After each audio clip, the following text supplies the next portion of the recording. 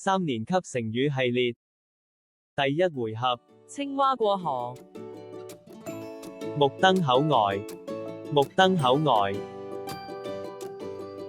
垂頭喪氣，垂頭喪氣，斤斤計較，斤斤計較，垂涎三尺，垂涎三尺，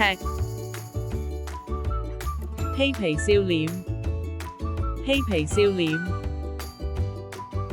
從容不迫，從容不迫，喜上眉梢，喜上眉梢，妄自尊大，妄自尊大，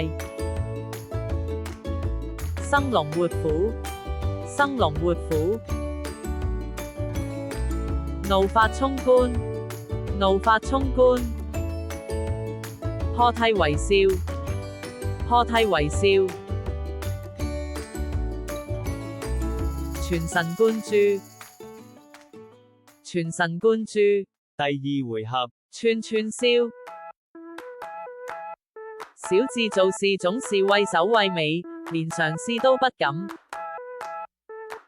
看見魔術師把鴿子變出來，大家都目瞪口呆。球隊輸掉比賽後，隊員們都垂頭喪氣地坐在一旁。他在買東西時總是斤斤計較，生怕花多一分錢。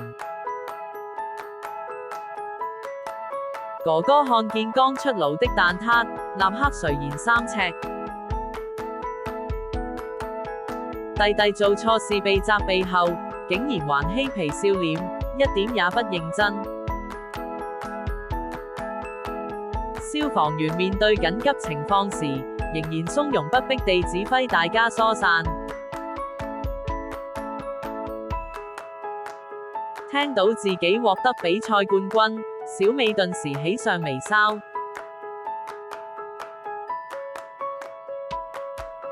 她總是妄自尊大，覺得自己比別人聰明。弟弟發燒好了以後，又變得生龍活虎，整天跑來跑去。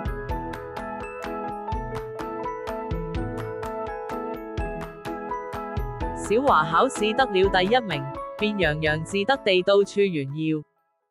嚟緊會有更多適合幼兒同埋低小學生嘅認字遊戲、語文知識嘅部分，如果唔想錯過，記得訂閱呢個頻道啦。There will be more word learning games and Chinese language lessons designed for kids. If you're interested, don't forget to subscribe to the channel. Thank you.